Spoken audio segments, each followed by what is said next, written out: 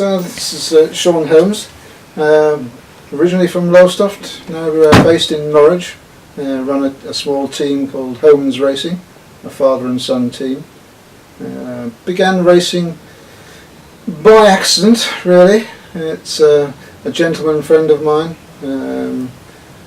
asked for a ride in this nice green car here, and commented that I could drive quite fast and quite well. Why didn't I start racing? So I joined the SR and GT Challenge and did my first race at Silverstone on the Grand Prix circuit in 2011. My first racing experience was at Silverstone with the, as I said, with the SR and GT Challenge. In an illustrious company with a Porsche 917, Jaguar D-types, and I was asked to race with the Mgc, which is a GTS replica, quite powerful, 300 horsepower, fuel injected, and it was an interesting race. Started off more or less at the back and tried to enjoy myself, take advice from the senior racers, and finished the race, fortunately, safe and sound, and enjoyed it very much, and carried on racing after that. Yes, loads of trophies. This year, or last year, I actually managed to get the Class C championship for the Peter Best Challenge. Class C is the modified, highly modified cars, up to 300 horsepower, V8s and 6 cylinders. So it was a good achievement. And in my really first or second year in racing, full time. I have a few other trophies, one of which is the driver of the day or driver of the race, which either bodes well or not, whether you've made a fool of yourself or whether you've driven well, but you get driver of the race, and I've had a couple of those, which is nice. Yes, for the upcoming weekend at Mallory, unfortunately my main race car, the green C GTS, which is an Mgc straight 6 engine, unfortunately at Silverstone we lost oil pressure through the engine, so rather than damage the engine further, I have a spare car, which is my son's car, so I'm borrowing that for the weekend, and we're going to race that one, which is a white Mgc Roadster. Racing my son's car, well, I have his permission. He's done a lot of work on it previously. We've only just bought it, so yeah, it's apprehensive to give it a good shakedown for him, and hopefully it'll remain in one piece and serve us well. I've been racing since 2011. On and off, because my work, basically I work away, so I don't get to all the meetings. I get to as many as I possibly can. Sometimes race with a different series, just to keep some track time. So yes, it's an on-off affair. Hopefully when I retire, I can spend a bit more time racing rather than having to work. So that's the signing on. You take this to the scrutineer bay, and then they check the car over to make it safe. Sign this, and then I get a little ticket, and away we go. We're ready to race. So all the cars will be checked for safety, all the extinguishers, safety devices, all the clothing is in date. It's a general check of the cars to make sure they're good enough to go on track. What influenced me to go into this particular class of car or type of car? When I was young, obviously first married, we had no money, and I had to sell my entrusted little car to buy the house. After that, when I managed to get some more money, I bought an MGB many years ago, not knowing what it was really. But I just loved it. It was an MGB Roadster. My first son and I and the wife used to go out in it, enjoy it very much, and I've always loved MGBs since. The MGC is a slightly different car. It looks the same as an MGB, but underneath the bonnet it's different altogether. So I've had a love affair with MGCs since 1979. I always wanted one, and now I have a number of them in the garage. What do I do? Well, I actually work in printing for a living, but my passion is MGCs, and has been for about 30 odd years. So I'm actually quite well known in the MGC frat, as we call it in the world of MGCs, the parts I make. Yeah, and I've worked at a few good garages repairing them. Yeah. No, I don't. No. Could never afford to. I couldn't afford to. I always end up spending too much money on other things in life.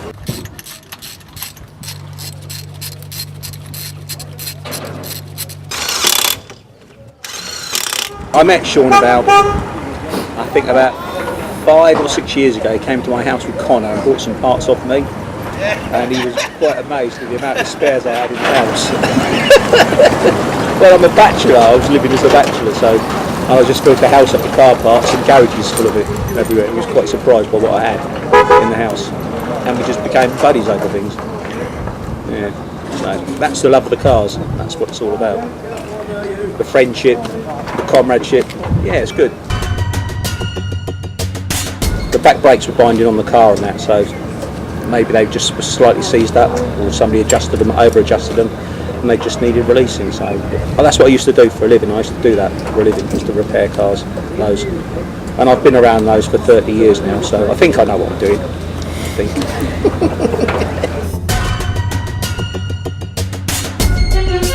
Well, I work for a printing company, but I'm very lucky. I only have to work 3 days a week. So Wednesday, Thursday, Friday, and Saturday, Sunday, Monday, Tuesday is my MG time. So that's what I do.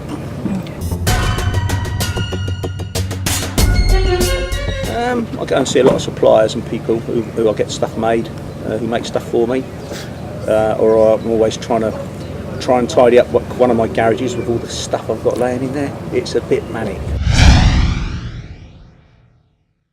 I've got everything. I've got axles, engines, complete cars, lots of spares that I've made new, manufactured, gearboxes. I've got everything, everything you really need. The only thing I don't really keep is any sort of car interior trim, because you can still buy that new anyhow or have it made. So, but yeah. How did I do it? Well, I had an MGB, and it all started in 1979. I bought my first MGB. And had a few problems with it. Got to know a guy called John Perry who had an MG repair centre, and I got on really, really well with this guy, and he became like a surrogate dad to me, and he taught me every little trick, every sort of, what spanners to use and how to go around the cars.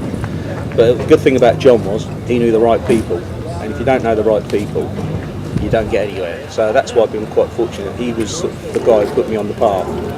He was the one who led me that way, and he knew all the people because he raced, so I knew all the old school, and I've been able to use that connection for what I do. So, and having stuff made, and knowing people and where to go, So yeah, I've been very fortunate in that way, really.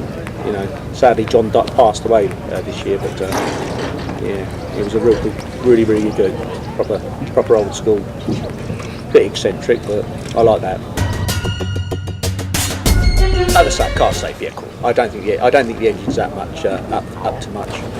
We started it yesterday. Didn't sound very good when it started. Changed the plugs, cleaned the plugs, I should say. And I noticed that the plugs were the wrong plugs in it straight away. So we've changed. That's why we changed the plugs this morning. We thought we'd change them here at the circuit. So if it starts well on those plugs, then it didn't sound very good yesterday. I don't know if it'll make the journey around the track. No, it's the second time we've been to Mallory Park. Yeah, I've been in a couple of times, yeah, second time before.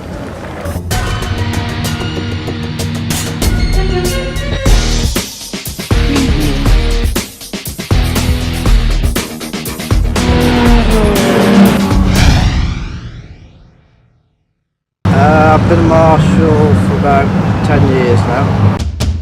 Experience? I enjoy it. It's grading up through the different, doing flags and doing trackside and Been a fire marshal as well.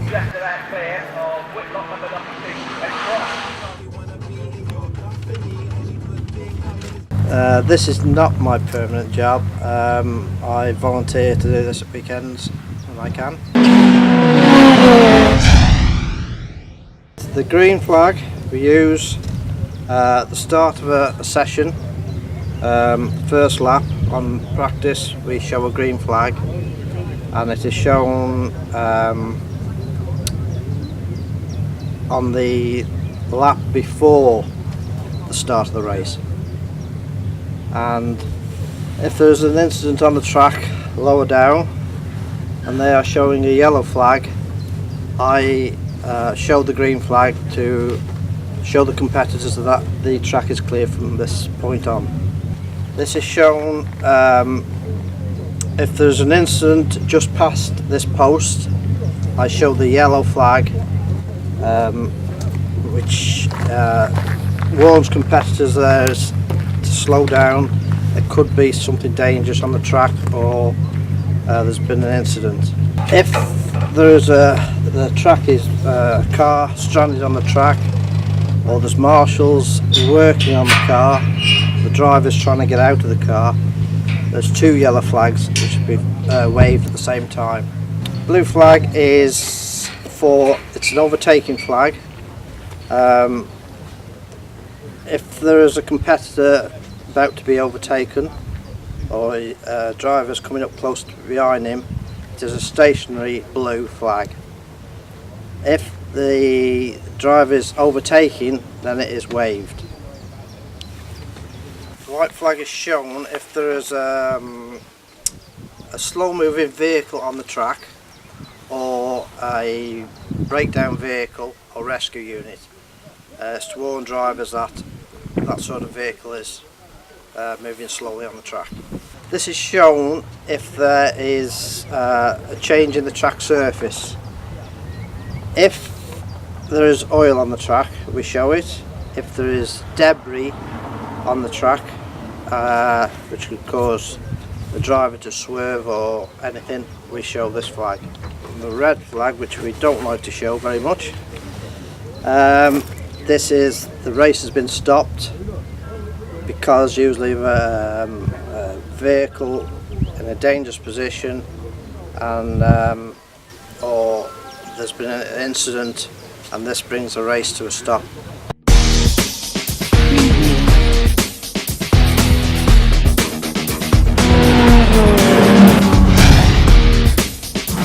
Well, good afternoon. This is race control at Mallory Park, July the 3rd, Mgc Car Club running a race meeting here.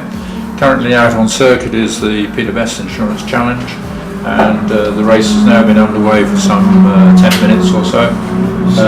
Race control operates both on telephone calls from the observers and also on radio for everybody else. We have some 20 cars out on circuit at this point in time.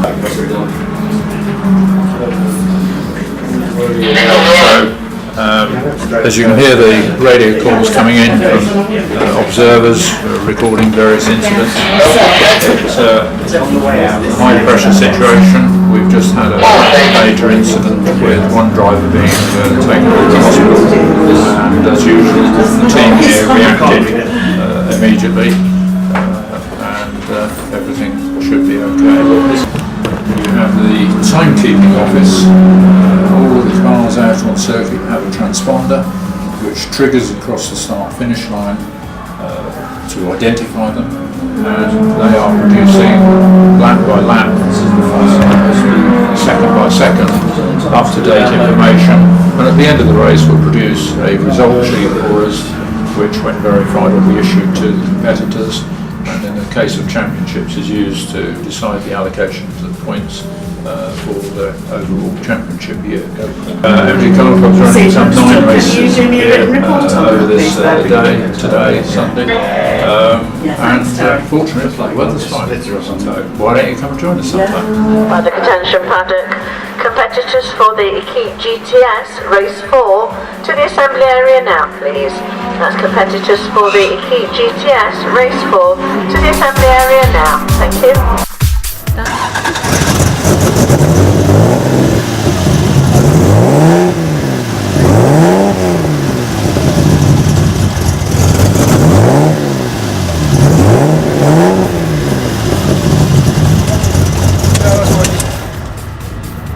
That's working, excellent.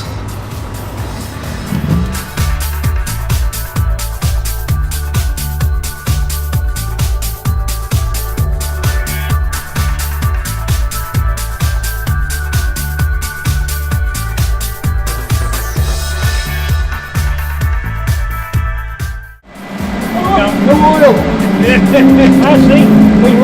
We fixed it for him, Steve.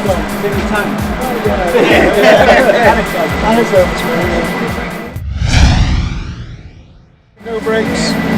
Brakes have gone on it. Pedals gone down to the floor nearly.